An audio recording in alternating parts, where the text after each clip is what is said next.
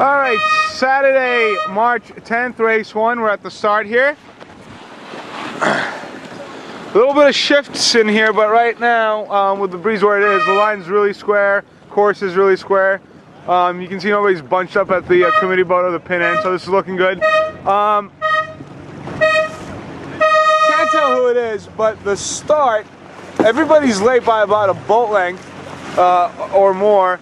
335, I can't tell who it is. I think that's either John Dexter or Darren Bradford, sorry about that. They're in the lead. You can see that, a very nice clean start. Port tack the whole fleet, and they're going up. They've got they look like they're on the lifted tack here, and they have a good 3 to 4 boat length lead on everybody else. Now as the breeze is filling in, you can see 109. They're actually getting closer up to speed. Also we have 1108. The port tack I think is going to be the favorite tack for this part of the race here. All right, breeze is definitely shifting here. 1108, they're actually tacking. They just got knocked pretty hard. They're coming back onto starboard tack there. I think one of the things, that's a nice tack, but the crew can be a little bit more active rolling the boat through the tacks, especially when it gets this light. And we're going to zoom over here. So that was 355. You'll remember they had a very commanding lead of the race. They started on the pin side. They're sticking on port tack the whole way, and they've actually lost quite a bit of their lead. In all honesty, I think they're probably in second place now to 1108, which is Russ Hancock and Bob Schaefer. That's Bob Schaefer driving 1108 today. Got a nice grouping here. So we've got basically the fleet split into two on the wings. We've got these guys over here on the seaboard end, so to speak, and I'm going to zoom over here to the city end. And there's a whole pack right there. That's 109. You'll remember they actually got into right after the start. They continued on starboard tack. They took the first header, but now they're lifted, and they really haven't tacked at all on the speed. For the record, that is 109. They are they appear to be in the lead right now, and that's Les Beckwith's boat. All right, yeah. So this with the breeze, you can see the offset marks actually working pretty well here. We'll see how these hoists go. Okay, 1108. The guy was not in the jaw. That's something you want to take care of, and you don't want to really go up to the windward to the bow of the boat if you can avoid it. All right, we're trailing Ra here. They actually had they're having a pretty decent time hoisting. Boom kites up, and Ra is Bob Perry. Sheet on, there you go. Nice job by Santuzo. Kite was up and filling at the windward mark. Blue Jay over there took a winger and basically jibed. I think they're trying to get to clearer air, obviously. The only problem is, as we notice on the windward leg, the holes are bigger on the offshore end. Now, one thing I would comment that Blue Jay's doing really well, and they're the only boat doing this, they're really hiking the boat to windward, just getting a little bit more room, trying to get the boat to kind of sink downwind a little bit more. And if I pan over here, you'll see most of the other boats are flat. It's not a big deal if you're making it right at the mark, but especially in the case of Eliza, where they have downwind room to go, you really want to hike your boat up to the windward side so that you can get the kite to rotate and just basically ooch the whole boat down further down to windward. You'll notice the couple did a really nice move there, right behind them, snuck in. Basically, Alex was in their shadow for probably no more than 20 seconds, but that enabled the couple basically to sneak up on them another 2 boat lengths. Now they're losing that lead. Alex just got a little bit of a puff there, and they're ooching downwind. All right, we're gonna go further forward here.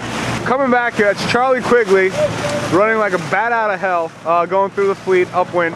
I apologize, that's Les Beckwith actually. Charlie's just on for the ride. All right, so we're gonna follow Les Beckwith and Charlie Quigley in Team on Stiletto. So Charlie basically took the city side, starboard tack all the way upwind. That paid off hugely for him. He was the first around the windward mark.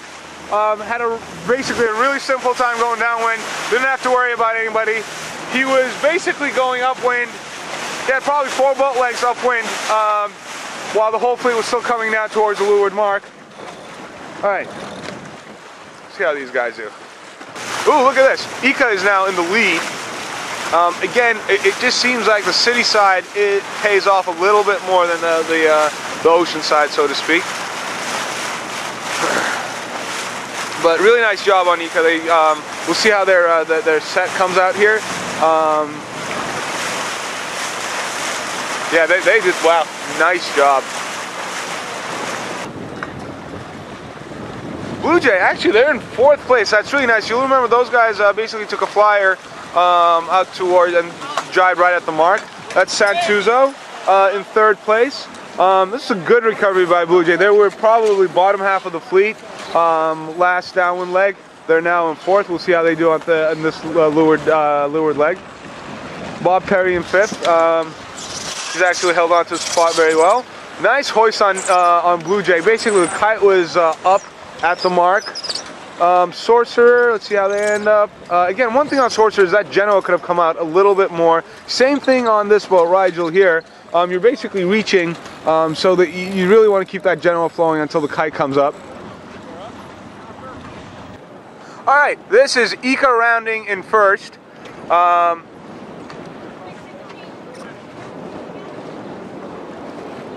This is again the 1st race, 2nd downwind leg. Little slow on the Genoa there, but nothing too big deal. And then that's Les Beckwith rounding in 2nd. Ooh, little skirt action there. Now you'll notice how much tighter Les rounded than Ika. And Ika's was a tight rounding as well. One of the things that I've mentioned in the past with the fleet as well is that people start their turns too late and end up way too far downwind.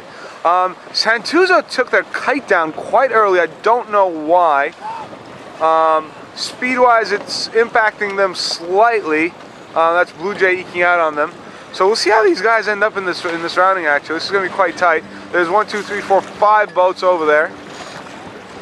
All right, this is perfect here. We'll see how people round. All right, so 51.44, kite still going, coming down. Nice rounding by Blue Jay. You'll notice yep. Nice rounding by Santuzo as well.